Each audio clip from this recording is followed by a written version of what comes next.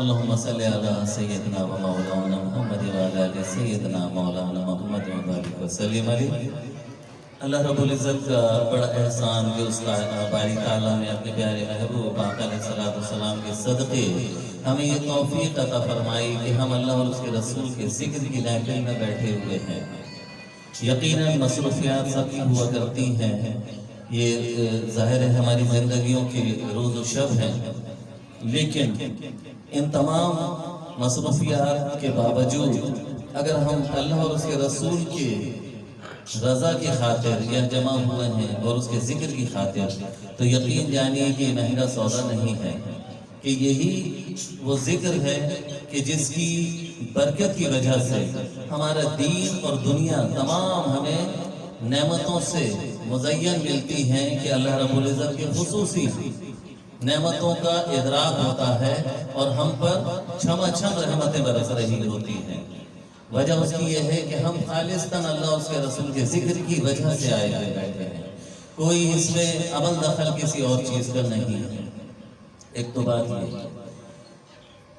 نعتوں کا سلسلہ انشاءاللہ تعالیٰ العزیز بہت ہی مختصر انداز میں، بہت اچھے انداز میں ہوتا رہے گا، اس کے بعد انشاءاللہ تعالیٰ العزیز شکی نماز بھی پڑھیں گے، لیکن کچھ چیزیں گوش گزار کرنا چاہتا ہوں، کیونکہ یہ محفلیں ایسی ہوتی ہیں کہ جہاں پر انسان کچھ دیر بیٹھ کر اصلاحی باتیں سن لیا کرتا ہے، ورنہ ظاہر ہے مصروفیات کی زندگی میں عموماً موقع نہیں ملتا۔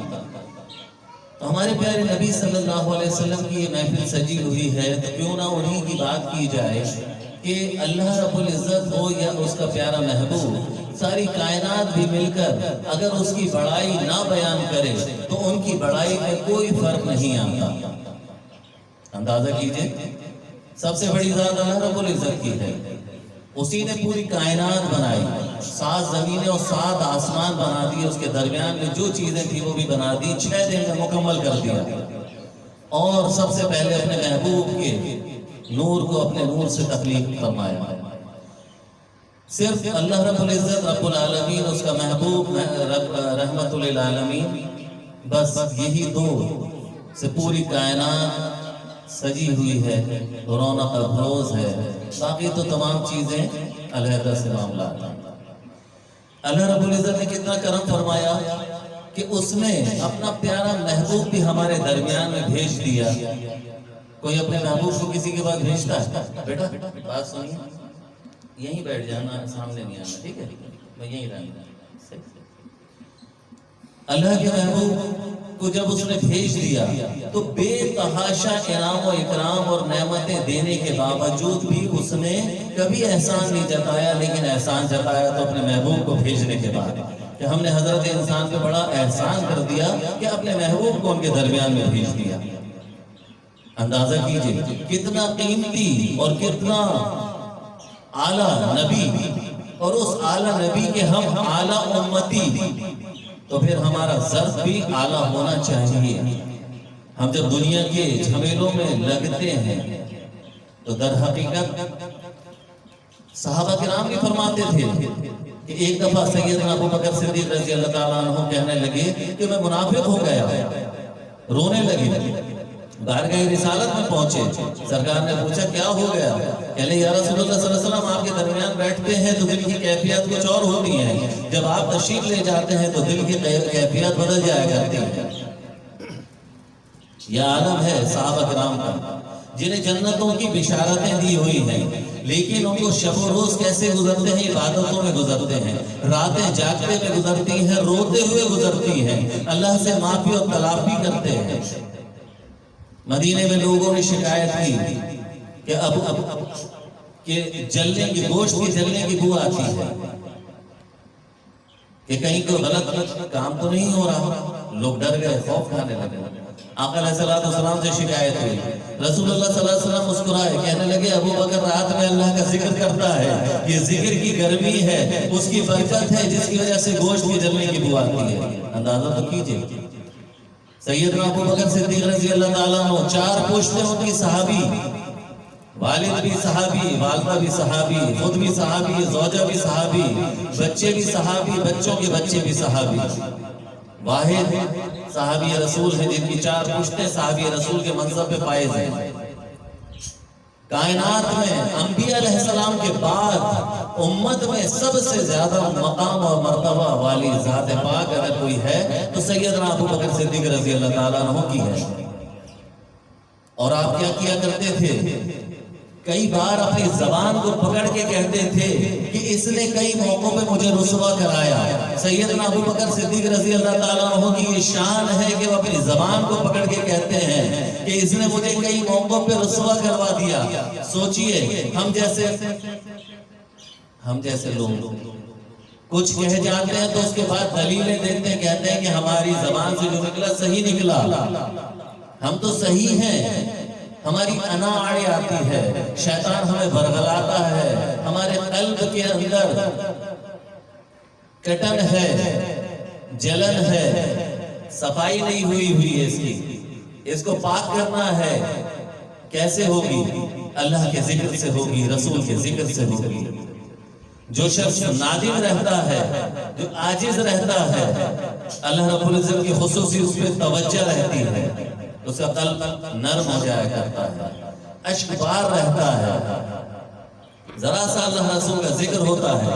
میرے پیر و مرشد نے بتایا کسی کو چیک کرنا ہو کہ یہ کتنا بڑا دیندار ہے، کتنا بڑا عاشق رسول ہے، کتنی اس کے قلب میں نرمی ہے، اس کے سامنے اللہ کے رسول کا ذکر کرنا شروع کر دیا کرو۔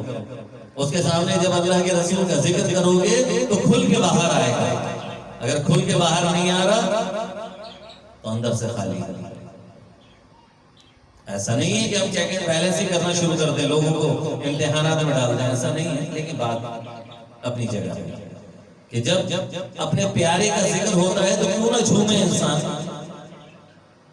ابھی میں کسی سے کہہ رہا تھا، بلکہ آدم سے کہہ رہا تھا، اللہ رب العزت نے فرمایا کہ تم مجھے یاد کرو، میں تمہیں یاد کروں گا، جس طرح سے تم مجھے یاد کرو گے میں تمہیں اسی طرح سے یاد کروں گا۔ چاہتے ہو کہ اللہ رب العزت جھوم کے تمہیں یاد کرے تو تم بھی جھوم کے اللہ کو یاد کیا کرو، اسی کو دیکھو، اسی کو پڑھو، اسی کو لکھو، اسی کو سنو اور اسی کو دیکھ کے مسکرایا کیا کرو۔ کیسے بھلا؟ نماز بھی تو پڑھنے کا حکم دیا گیا۔ سرکار دو عالم صلی اللہ علیہ وسلم نے فرمایا کہ نماز پڑھو تو ایسے پڑھو کہ میں اپنے رب کو دیکھ رہا ہوں۔ رب کو کبھی دیکھا ہی نہیں تو تصور کیسے قائم ہوگا؟ کیا اس کی آنکھیں ہیں، ناک ہے، کان ہے، منہ ہے، چہرہ ہے، کیسا ہے؟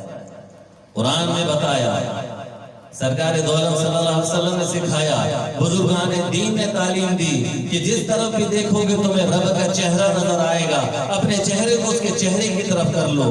وہ چہرہ کیسا ہوگا؟ تو فرمایا الف لام لام ہا، نیچے ضرب لگا دیجئے، اللہ، الف لام لام ہا اللہ، الف لام لام ہا اللہ۔ تصور کی انگلی یہ تمہارا قلم کا کام کرے گی، تصور کی روشنائی نوری حروف میں تصور سے ہی لکھو گے سامنے اپنے الف لام لام ہا اللہ، اور اسی پہ نظریں جمانے کی کوشش کرو۔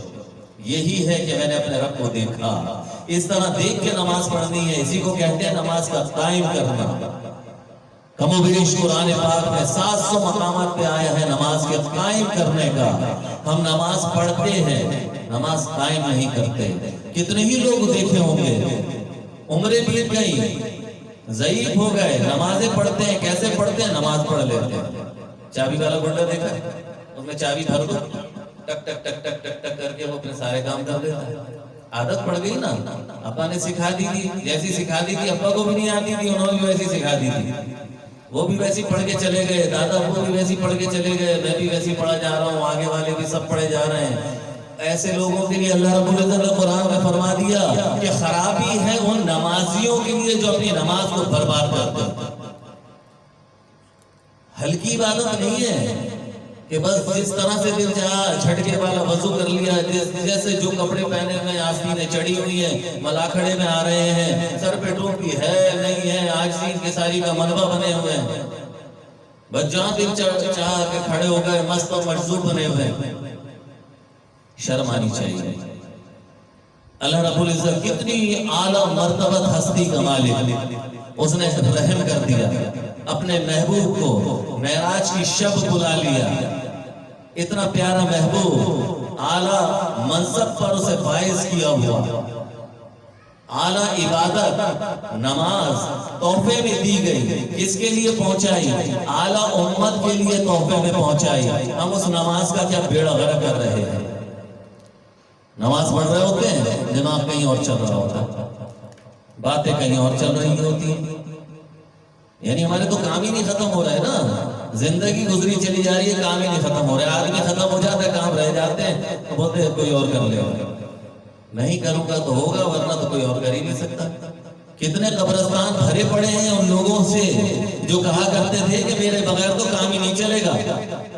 کام چل رہا، آدمی چلا گیا، کام چل رہا، کوئی اور کر لے گا۔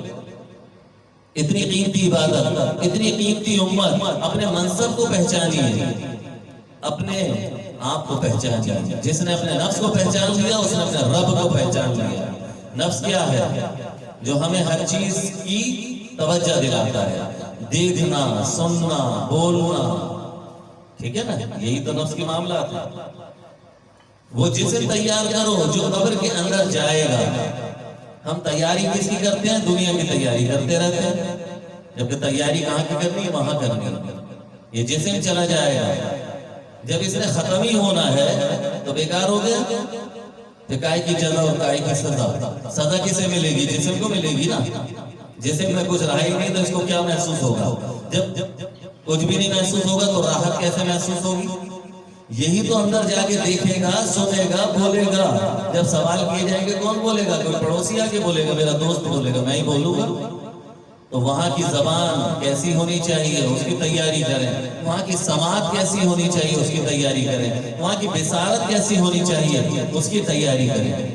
لیکن ہم نے تو اپنی زندگی کا باٹولہ بنا دیا۔ میں کبھی کبھی ایسے لفظ استعمال کرتا ہوں جلدی سمجھ میں آ جاتے ہیں۔ مسجد میں پچھلے دنوں کئی موقعوں پہ جمعہ پڑھانے کا موقع مل گیا کمپنی میں، کیونکہ لاک ڈاؤن کی وجہ سے بڑی مسجد پہ نماز نہیں ہو رہی، تو بیٹھ گیا، منبر پہ بیٹھ جاتا ہوں، 10 منٹ کا آواز دیتا ہوں، اس کے بعد خطبہ ہوتا ہے، نماز پڑھا دیتا ہوں۔ پبلک کی ہنسی بھی نکل جاتی ہے۔ میں نے کہا ایسے ہی بولتا ہوں بھیا، میں سمجھ میں آ رہی ہے تو بہت اچھی بات ہے، اگر نہیں سمجھ میں آ رہی تو کسی اور کو بٹھا لینا۔ تو بڑا انسسٹ کرتے ہیں، نہیں آپ ہی بولا کریں، کم سے کم اسی بہانے اصلاح ہو جاتی ہے۔ ایسا نہیں کوئی تعریف کی بات ہے، بات ہی کہ جتنی جلی کٹی بات ہوگی نا ویسی ہتھوڑے کی طرح کام کرے گی تو اندر تک گھس جاتی ہے۔ ہلکے پھلکے انداز میں بات کریں گے سمجھ میں نہیں آئے گی۔ رسول اللہ صلی اللہ علیہ وسلم، چلیے یہ بات کو یہیں پر کلوز کرتے ہیں، ٹھیک ہے نا، کہ اپنے آپ کو تیار رکھیں۔ ایک ٹرم ہے جس کو کہتے ہیں، آپ لوگ سمجھیں گے، بچے لوگوں کو پتا ہوتی ہے، آپ کو بھی پتا ہوگی، ریڈی ٹو اسٹارٹ۔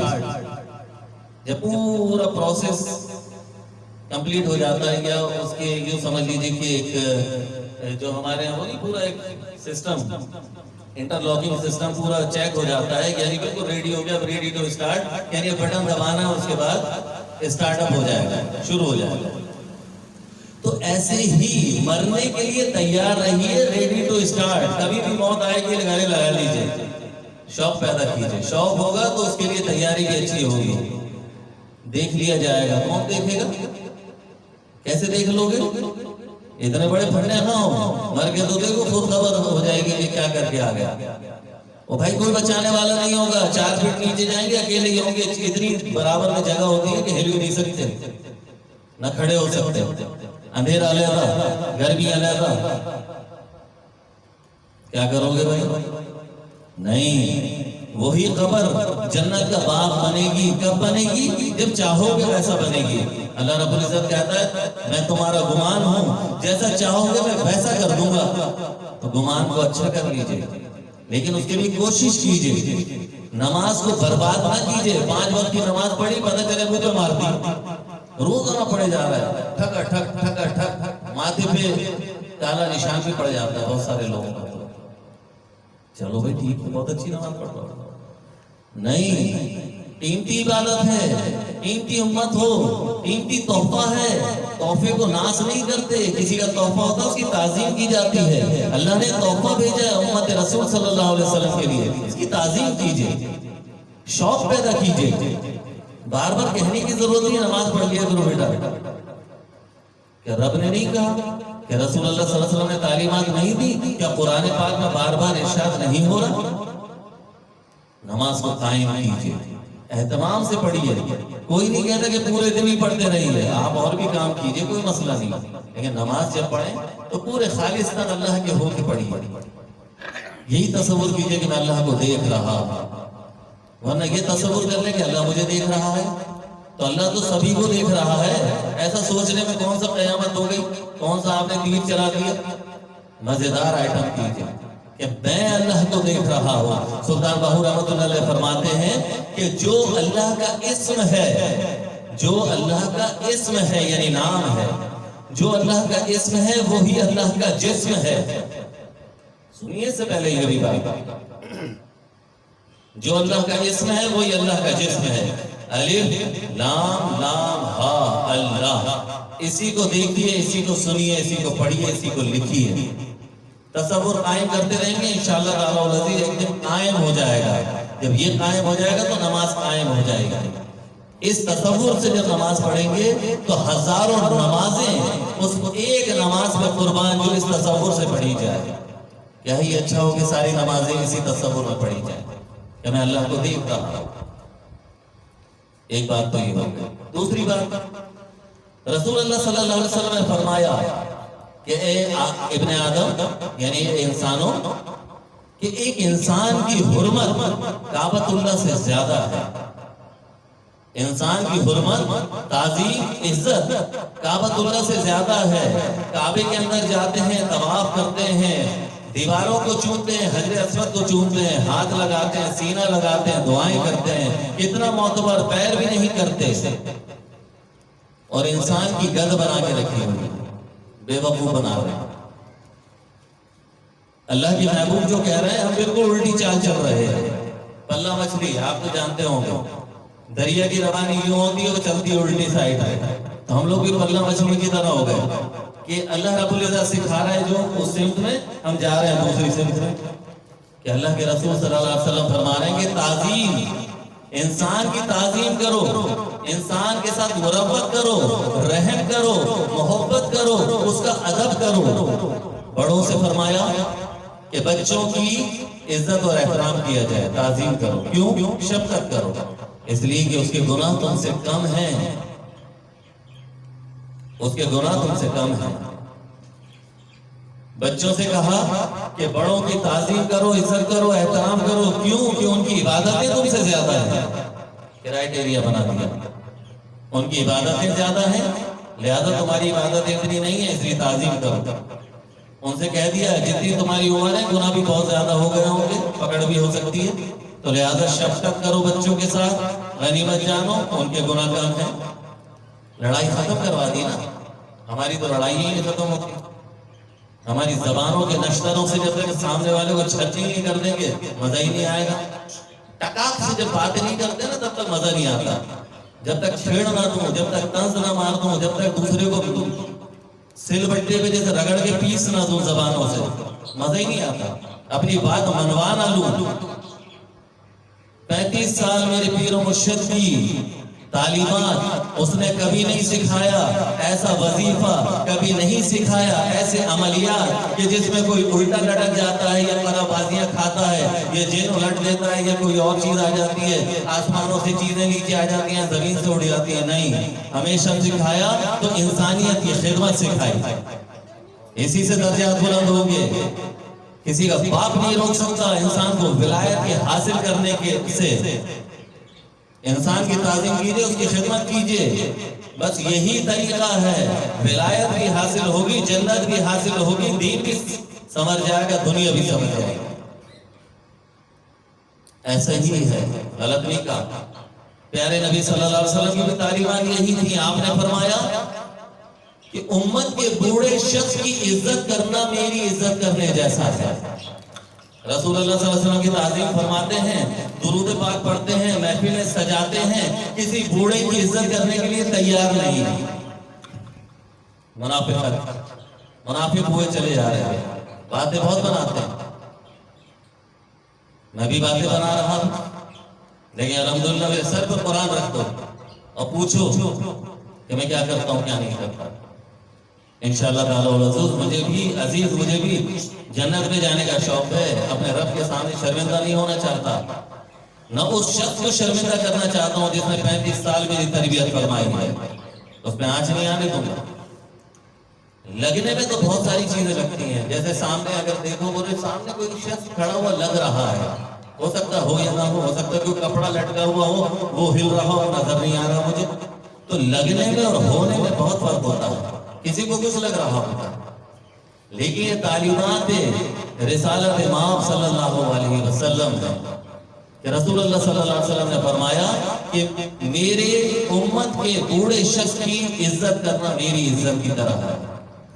تصویر کا دوسرا رخ، جو بوڑھے کی تعظیم نہیں کرتا تو طے ہوا کہ وہ رسول اللہ صلی اللہ علیہ وسلم کی تعظیم نہیں کرتا، صرف زبانی جمع کرتا۔ اپنے آپ کو دیکھ لیجئے کہ کس پیمانے پہ کھڑا ہوا، بات سمجھ میں آ رہی ہے؟ ایسے ہی رسول اللہ صلی اللہ علیہ وسلم کی تعلیمات میں کہ اللہ رب العزت فرماتا ہے کہ مجھے بوڑھے شخص کو سزا دیتے ہوئے شرم آتی ہے، ہمیں بوڑھے شخص کو ذلیل کرتے ہوئے شرم نہیں آتی، رسوا کرتے ہوئے شرم نہیں آتی، تیز بولتے ہوئے شرم نہیں آتی، اس کی دھجیاں بکھیرتے ہوئے شرم نہیں آتی۔ اللہ رب العزت اتنی بڑی ہستی، ہم کہاں پر کھڑے ہیں؟ نعت خوانی کی محفل ہوتی ہے، میں بھی نعتیں پڑھتا ہوں، مزے لیتا ہوں، سننے والے بھی مزے لیتے ہیں، کبھی ان والی باتوں سے بھی مزے لے کر دیکھیے جس سے ذرا قلوب کی صفائی ہو جائے، ذرا دل مچل جائے، روحیں ہل جائیں، کون کرے گا؟ میں تو اپنی امانت دے کر ہی جاؤں گا۔ آج ایک شخص ایک باپ ختم ہو گیا ہے، دو کی باطنی طور پہ وہ ہیں، توجہ ہے، تصور ہے، دل کے بہلانے کے لیے غالب یہ خیال بہت اچھا ہے، خیال ہی نہیں ہے، حقیقت بھی ایسی ہوتی ہے، لیکن بات کو سمجھیے گا، دل کے بہلانے کو غالب یہ خیال بہت اچھا ہے، لیکن مزیداری تب ہے کہ جب ان کی تعلیمات پر آپ عمل کریں گے تو اللہ بھی خوش ہوگا، رسول بھی خوش ہوگا، بزرگان دین بھی خوش ہوں گے، فرشتے بھی آپ کی تعظیم کریں گے، فرشتے بھی ہاتھ اٹھائیں گے آپ کے لیے دعاؤں کے لیے، ٹھیک ہے نا؟ مجھے کہا گیا کہ اچھی باتیں آگے تک پہنچا دیا کرو، لوگوں کا رشتہ اللہ سے جوڑ دیا کرو۔ میں تو رشتے جوڑنے کے لیے بنا ہوں، یہی کام کرتے کرتے میں رب کی طرف لوٹ جاؤں گا۔ اس دنیا میں رہنے کا شوق کس کو ہے؟ جس میں اس کا پیر ہی موجود نہیں ہے ظاہری طور پہ، تو اس میں رہنے کا فائدہ کیا ہے؟ لیکن اللہ سے ایک کمٹمنٹ ہوتی ہے نا کہ کچھ ذمہ داریاں نبھانی ہوتی ہیں، اس وجہ سے رہنا ہوتا ہے۔ دل کس کا چاہتا ہے؟ جہاں سب چلے جا رہے ہیں، جہاں عاشق چلے جا رہے ہیں، جہاں اللہ والے چلے جا رہے ہیں، ہم اسی سے کیوں چلے جائیں گے؟ لیکن نہیں، پتہ نہیں کتنے لوگوں کو شاید ہماری ضرورت ہو سکتا ہے اصلاح کی ضرورت ہو، ہم نہیں کریں گے تو کون کرے گا؟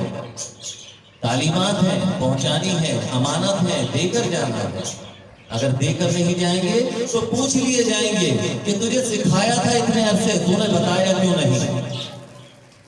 عزت بھی رکھنی ہے، احترام بھی رکھنا ہے، کسی کا پردہ بھی رکھنا ہے، کسی کی عیب بھی نہیں اچھالنا ہے، بات بھی ایسی کرنی ہے کہ جس کو سمجھ میں آ جائے، اللہ کرے آ جائے۔ میرے لیے بھی وہی تعلیمات ہیں، آپ کے لیے بھی وہی تعلیمات ہیں، آپ بھی اس کو آگے کار خیر کے لیے آگے بڑھا دیا کریں۔ اللہ رب العزت ہم سب کو دین کی صحیح سمجھ بوجھ عطا فرمائے۔ آخری میں بات کہوں گا کہ یہ غصے کو ختم کر دیں، اللہ کے لیے، رسول کے لیے ہاتھ جوڑ کر کہتا ہوں لوگوں کو، ہر ایک سے کہتا ہوں، جہاں تک آواز جا رہی ہے اس سے کہتا ہوں، غصے کو چھوڑ دیجئے۔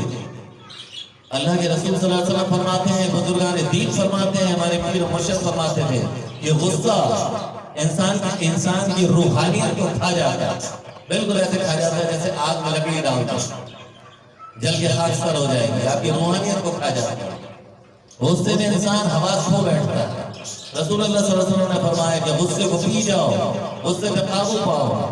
مجھے کتنی بار کھڑکیاں ملی، ڈانٹا گیا، مدینہ شریف میں زندگی میں پہلی دفعہ ایک شخص سے ملاقات ہوئی، محفل کرنے چلا گیا وہاں پر کسی کے توسط سے، بغداد شریف میں کم و بیش انہوں نے 25 سال گزارے، حضرت حمزہ رضی اللہ عنہ کے مزار مبارک کے دامن میں وہ رہتے ہیں، وہیں کی نیشنلٹی ہے، اردو سندھی اسپیکنگ ہے، پہلی دفعہ دیکھا، چلے آپ کی وجہ سے محفل میں آیا ہوں، ورنہ میں اس کے گھر بھی نہیں آتا، پتہ نہیں کیسے جانتا تھا کچھ بھلا۔ جب محفل ہو گئی، میں نے باتیں کر لی، میں نے نعتیں پڑھ لی، میں نے دعائیں کر لی، کھانا کھا لیا، اس کے بعد اٹھ کے جانے لگا۔ حقیقت بتا رہا ہوں، تو گھر والوں کے علاوہ کسی کا باپ بھی نہیں پہچان سکتا کہ میں غصے والا ہوں، کوئی بھی نہیں پہچان سکتا۔ وہ کان میں مجھ سے کہنے لگے ملاقات کے بعد، میرا غصہ نہیں کیا کریں، میری ہنسی نکل گئی۔ میں نے کہا یہ وہ بات ہے جو میرے پیر و مرشد کا آگاہ کرے، غصہ نہیں کیا کریں۔ میں نے کہا میں کہاں کرتا ہوں غصہ؟ کہہ رہے نہیں، میں کہہ رہا ہوں نا غصہ نہیں کیا کریں۔ ایک ایسا شخص جس سے زندگی میں پہلی ملاقات ہوئی مدینہ شریف میں، وہ مجھ سے کہہ رہا ہے وہی بات جو مرشد فرماتے ہیں، غصہ نہیں کیا کریں۔ تو تو کیسے پتہ چلا کہ میں غصہ کرتا ہوں یا غصے میں رہتا ہوں یا غصہ کرتا ہوں تو پتہ نہیں کیا کرتا ہوں گا۔ الحمدللہ ثم الحمدللہ، ایسا غصہ نہیں کرتا کہ کسی کو نقصان ہو جائے، لیکن پھر بھی غصے کی کمی بھی ہے تو اچھی نہیں ہے، ختم ہونا چاہیے۔ اللہ رب العزت سے دعا کرتے ہیں کہ اللہ تعالیٰ ہمارے غصے پہ ہمیں قابو عطا فرمائے، ہمیں دین کی صحیح سمجھ بوجھ عطا فرمائے، اور ہمیں عبادتوں کی صحیح لذت عطا فرمائے۔ ہمارے والدین بڑا قیمتی اثاثہ ہے ہمارا، جو موجود ہے ان کی قدر کر لیجیے۔ ضروری نہیں ہے کہ آپ نے ماسٹر کیا ہوا ہو، آپ نے بہت تعلیمات حاصل کی ہو سکتا ہے آپ کی ماں نے 3 کلاسیں پڑھی ہوئی ہوں، اس کے بعد اتنی نالج نہ ہو، لیکن وہ آپ کے کباڑا کرنے کے لیے بالکل تیاری رہے گی، کچھ کہے نہ کہے اللہ تعالیٰ نہیں چھوڑے گا۔ اس بات کا خاص خیال رکھا جائے۔ جو ماں بچے کے بولے بغیر سمجھ جاتی ہے اس کے پیٹ میں درد کیوں ہے، جو ماں سمجھ جاتی ہے کہ اس کو کیا چیز کی حاجت ہے، بچہ بول بھی نہیں رہا، اس ماں کو آپ بتائیں گے کہ تمہیں بولنا نہیں آتا، نہ کریں، اللہ کے پاس سب کے لیے کہہ رہا ہے، میرے لیے بھی ہے، آپ کے لیے بھی ہے۔ اللہ تعالیٰ ہمیں دین کی صحیح سمجھ بوجھ عطا فرمائے، آمین بجاہ نبی الامین، اللہم صلی علی سیدنا و مولانا محمد و بارک وسلم علیہ۔ کیونکہ یہ غصہ انسان کی زندگی کو تباہ کر دیتا ہے، یہ اکڑ، یہ انا کے جال میں پھنس کے انسان بڑا مایوس ہو جاتا ہے۔ جھڑکنے سے منع کیا گیا ہے، میری بات یاد رکھیے گا، قرآن پاک کی سورتوں میں اللہ تعالیٰ نے جھڑکنے سے منع کیا ہے، کوئی بھی ہو جھڑکے نہیں، چاہے باہر آپ سے مانگنے والے ہی کیوں نہ ہو، اس کو کہیں کہ معاف کر دو بھائی، جھڑکے نہیں، گھر والوں کو بھی نہ جھڑکے، باہر والوں کو بھی نہ جھڑکے، طنز بھی نہ کریں، کیونکہ اس سے کیا ہوتا ہے انسان کے اندر ایک انا ہوتی ہے، غصہ دل آتی ہے، انسان کے اندر ٹسل پیدا ہوتی ہے، بات بنتی نہیں، بگڑتی چلی جاتی ہے، زندگی ختم ہو جاتی ہے، زندگی خراب ہو جاتی ہے۔ اللہ کے واسطے، رسول کے واسطے ایک دوسرے کی مدد کریں، ایک دوسرے کی مدد کریں، دین کی صحیح سمجھ بوجھ کے ساتھ اس پہ عمل کرنے کے لیے ایک دوسرے کی مدد کریں، اللہ کے واسطے، رسول کے واسطے، بزرگان دین کے واسطے، خود اپنے واسطے، تاکہ کامیابی کے ساتھ اپنے رب کی طرف لوٹ جائیں، جب اس کے سامنے کھڑے ہوں تو شرمندہ نہ ہوں۔ اللہم صلی علی سیدنا مولانا محمد و علی سیدنا مولانا محمد و بارک وسلم علیہ۔